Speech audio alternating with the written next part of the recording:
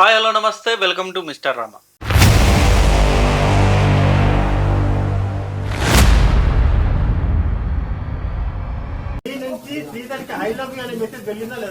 వెళ్ళిందండి.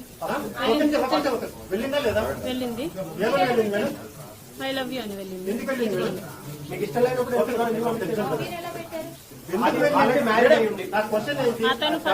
అతను ఫస్ట్ చెప్పాడు కాబట్టి నేను చెప్పాను. అతను ఫస్ట్ ఇష్టం లేకుండా మ్యారేజ్ అనేసి ఒప్పుకొని అబార్షన్ ఎలా చేయించుకుంటాను. నేను రెండు ఫస్ట్ అబార్షన్ కోడూరులో అని చెప్పలేదండి. ఫస్ట్ అబార్షన్ వాళ్ళ ఫ్రెండ్ టాబ్లెట్స్ పంపిస్తే అతను నాకు ఇచ్చాడు, నేను వేసుకున్నాను. సెకండ్ థర్డ్ నాకు సంజీవని హాస్పిటల్స్ లో జరిగింది. 5 హాస్పిటల్లో కాదండి. అంటే ఎందుకని మళ్ళీ అక్కడే ఎందుకు వాళ్ళ ఫ్రెండ్ ఎందుకని మళ్ళీ తీసుకురాలేదు, ఇక్కడ ఎందుకని ప్లాన్ చేశారు? అది మీరు శ్రీధర్ని అడగాలండి, నన్ను కాదు. సో మొత్తానికి ఈ అరవ శ్రీధర్ ఎపిసోడ్ అయితే నాకు తెలిసి ఒక కొలిక్కి వచ్చేసిందని అయితే చాలా స్పష్టంగా అయితే నాకు అర్థమవుతుంది. ఇంకా మహిళా కమిషన్ పిలిచి ఎంక్వైరీ చేయకముందే ఈరోజు ఏదైతే ఆ బాధితురాలు ఉందో ఆ మహిళ పెట్టిన ప్రెస్ మీట్ తోటి నిజంగా చాలా అంటే చాలా డౌట్స్కి ఒక క్లారిఫై వచ్చేసింది. అసలు ఇంకో 2-3 ప్రెస్ మీట్లు పెడితే ఆ అమ్మాయి ఆ బాధితురాలు ఇక మొత్తం వాళ్ళు ఇద్దరి మధ్య ఏం జరిగిందో మొత్తం బయటకు వచ్చేస్తుంది.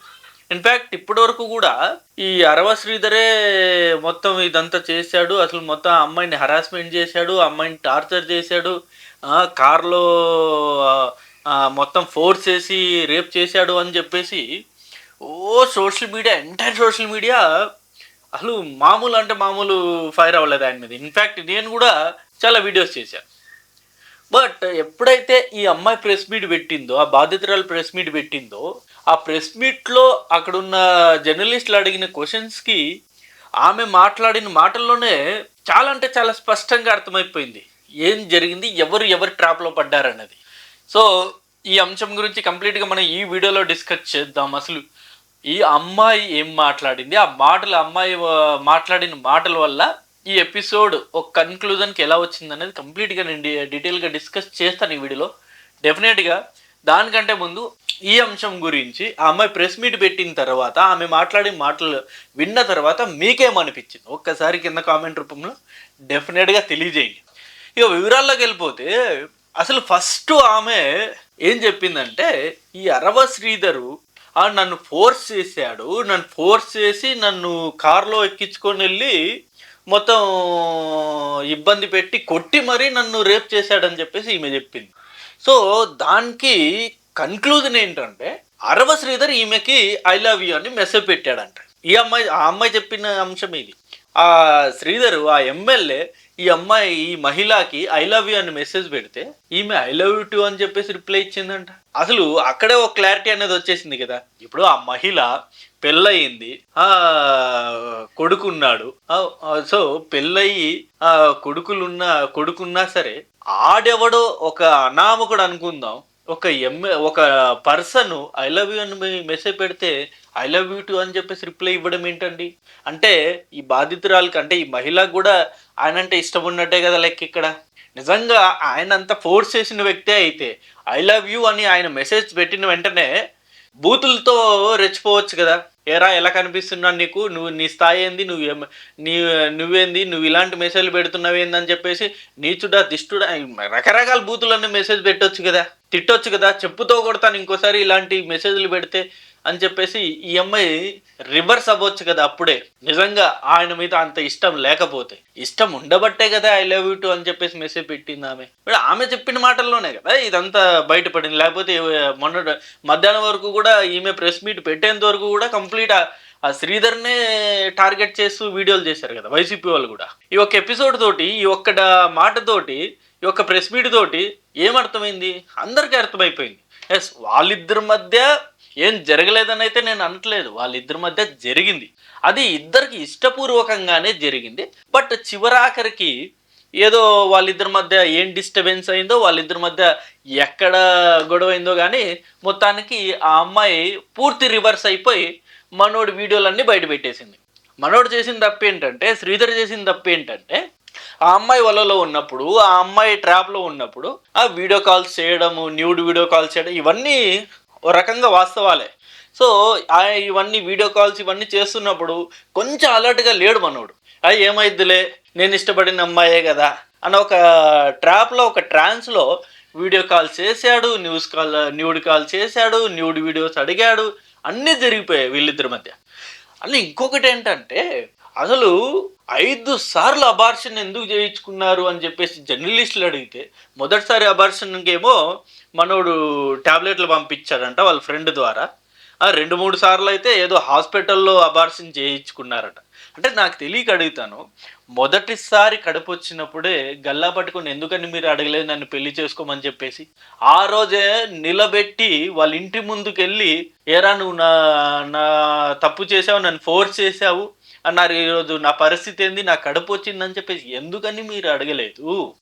ఆ రోజే అడుగుంటే ఈ రోజు ఈ పరిస్థితి వచ్చిండేది కాదు కదా. సో ఆ రోజు అడగలేదు, అది ఎవరో వాళ్ళ ఫ్రెండ్ ట్యాబ్లెట్స్ ఇచ్చారు, ఆ ట్యాబ్లెట్స్ వాడారు, అబార్షన్ అయిపోయింది. సరే, అక్కడితో అయిపోయింది అనుకో. రెండోసారి మూడోసారి ఎలా వచ్చిందండి కడుపు? దానికి కారణం ఎవరు? మీరు లొంగబట్టే కదా వాళ్ళు లొంగ తీసుకున్నారు. ఇక్కడ మీ తప్పిదమే 100% కనబడుతుంది కదా. అంటే మీకు ఇష్టపూర్వకంగానే మీరు వెళ్ళారని అయితే ఈ ఒక్క ప్రెస్ మీట్ తోటి చాలా క్లారిటీ అనేది వచ్చేసింది కదా. అలా కంప్లీట్ అక్కడ జరిగిన సినారియో మొత్తం ఇక్కడ ఈ ఒక్క ప్రెస్ మీట్ తోటి రివర్స్ అయిపోయి, ఈమె ఇష్టపూర్వకంగానే మొత్తం ఐ లవ్ యూ అని పెట్టింది, ఈమె ఇష్టపూర్వకంగానే 2-3 సార్లు అబార్షన్ చేయించుకుంది, 5 సార్లు అబార్షన్. ఒక్కసారి అంటే ఓకే, ఏదో మనోడు బెదిరించి చేయించాడు అనుకుందాం.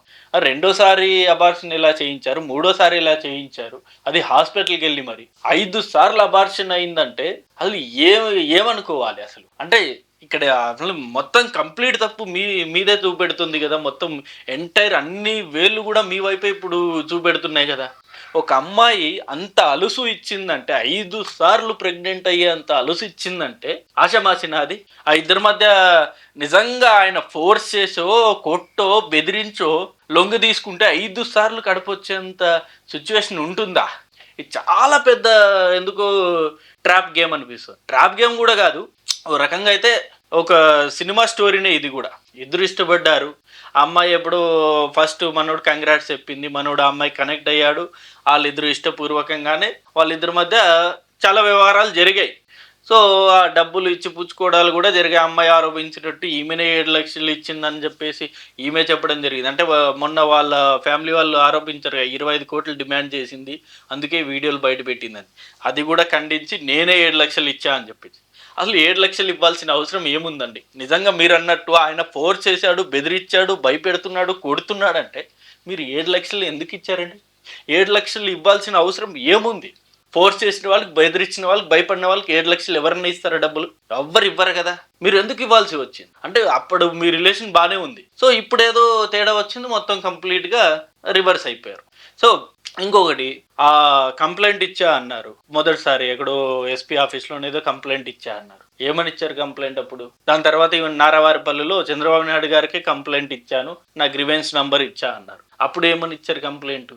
సో ఏమంటారు, ఇవన్నీ చూస్తూ ఉంటే ఆ ప్రెస్ మీట్ తర్వాత అంటే మన మహిళా కమిషన్ అరుణ గారు విచారించేంత వరకు కూడా ఈ అంశం అయితే నిలబడదని నాకైతే స్పష్టంగా అర్థమైపోయింది. ఎందుకంటే ఆ అమ్మాయి ఇంకో 2-3 ప్రెస్ మీట్లు పెడితే మొత్తం అమ్మాయి బయటపడేస్తుంది, మొత్తం అమ్మాయే చెప్పేస్తుంది అసలు ఏం జరిగింది వాళ్ళిద్దరి మధ్య అని చెప్పి.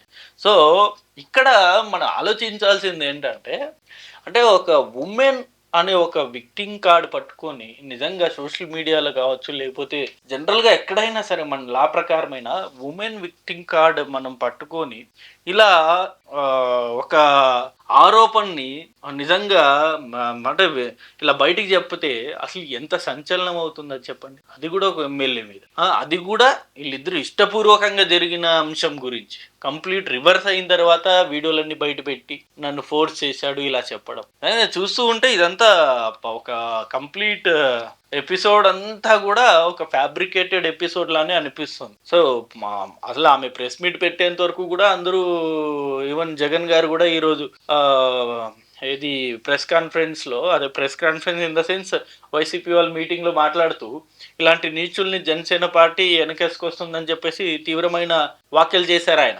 రోజా గారు అయితే ఇంక రోడ్డు మీదకి వచ్చేసి ఆ నీచుణ్ణి మొత్తం ఉరిదీయాలి, సస్పెండ్ చేయాలి, యాక్షన్ తీసుకోవాలంటారు. బట్ ఇప్పుడు ఈమె ప్రెస్ మీట్ తోటి ఏమర్థమైంది వీళ్ళందరికి కూడా, సో ఈమెనే ఇష్టపూర్వకంగా మనోడితో కనెక్ట్ అయింది. అంటే వాళ్ళిద్దరూ ఇష్టపూర్వకంగానే కనెక్ట్ అయ్యారు. బట్ ఎక్కడో ఏదో తేడా బెడిసి కొట్టింది. అది కాస్త ఇప్పుడు ఎపిసోడ్ ఎండింగ్ వరకు వచ్చేసింది. నాకు తెలిసి రేపు ఎల్లుండి ఆ అమ్మాయి ప్రెస్ మీట్ పెడితే డెఫినెట్గా అది కూడా మొత్తం తేటతెల్లం అయిపోద్ది. మనోడు చేసిన మిస్టేక్ ఏంటంటే, శ్రీధర్ చేసిన మిస్టేక్ ఏంటంటే, శ్రీధర్ గారు చేసిన మిస్టేక్, సో ఆయన ఒక ట్రాన్స్లో ఉండిపోయి వీడియో కాల్ మాట్లాడడం, వీడియో కాల్ చేయడం, ఆ అమ్మాయి రికార్డ్ చేసుకుంటుందని చెప్పేసి కూడా ఒక ఇది భయం అనేది లేకుండా, ప్రజాప్రతినిధి అనే ఒక ఆలోచన అనేది లేకుండా, సో ఆ అమ్మాయి ట్రాప్లో ఉండి మొత్తం అసలు ఆయన ఎంటైర్ కెరీర్నే ఆ అమ్మాయి పాదాల మీద పెట్టేశాడు. ఆ అమ్మాయి ఫోన్లో ఇంకా ఏవేవి ఉన్నాయో ఈయనకి సంబంధించి వీడియోలు, ఇంకో 2-3 వీడియోలు వస్తే ఇంకా అసలు ఇప్పటికే ఆ శ్రీధర్ గారి కెరీర్ క్లోజు. సో ఇప్పటికే ఆయనకి రాజకీయంగా నాకు తెలిసి ఇక ఎదగలేడు. ఎదిగినా సరే ఇలాంటి ఇదే అంశం ఆయన్ని ఒక అతిపెద్ద మచ్చలా వెంటాడతారు. డెఫినెట్గా ఆయన త్రూఅవుట్ కెరీరు ఇది ఒక పెద్ద మచ్చలా డెఫినెట్గా వెంటాడతారు. సో ప్రజాప్రతినిధులు ఇలాంటి వాటికి ఎంత దూరంగా ఉంటే అంత బెస్ట్ కెరీర్ ఉంటుంది. అసలు ఆడదాని వల్ల రాజ్యాలే పోయాయి, ఎమ్మెల్యే పదవి ఎంత, అసలు ఆఫ్టర్ ఆల్ అది ఇప్పుడు ఈ శ్రీధర్ లాంటి వ్యక్తులకి ఇదే అర్థమై ఉంటుంది నాకు తెలిసి. ఈ ఎపిసోడ్లో ఎంటైర్ ఎపిసోడ్లో పాపం ఓ రకంగా బలైంది శ్రీధరే అనిపిస్తుంది ఇప్పుడు. ఎందుకంటే ఇష్టపూర్వకంగా మెలిగిన ఒక రిలేషన్ని బ్రేకప్ తోటి దాన్ని రివర్స్ చేయడం అనేది ఇక్కడ జరిగిన అంశం. ఇది కంప్లీట్ ఓవరాల్గా చూద్దాం మరి ఇంకా ఎలాంటి మలుపులు తిరుగుతుందో ఇది అంశం. And thank you for watching this video. And ఈ అంశం గురించి మీ అభిప్రాయాన్ని కూడా కింద కామెంట్ రూపంలో డెఫినెట్గా తెలియజేయండి. Thank you for watching this video. Thank you.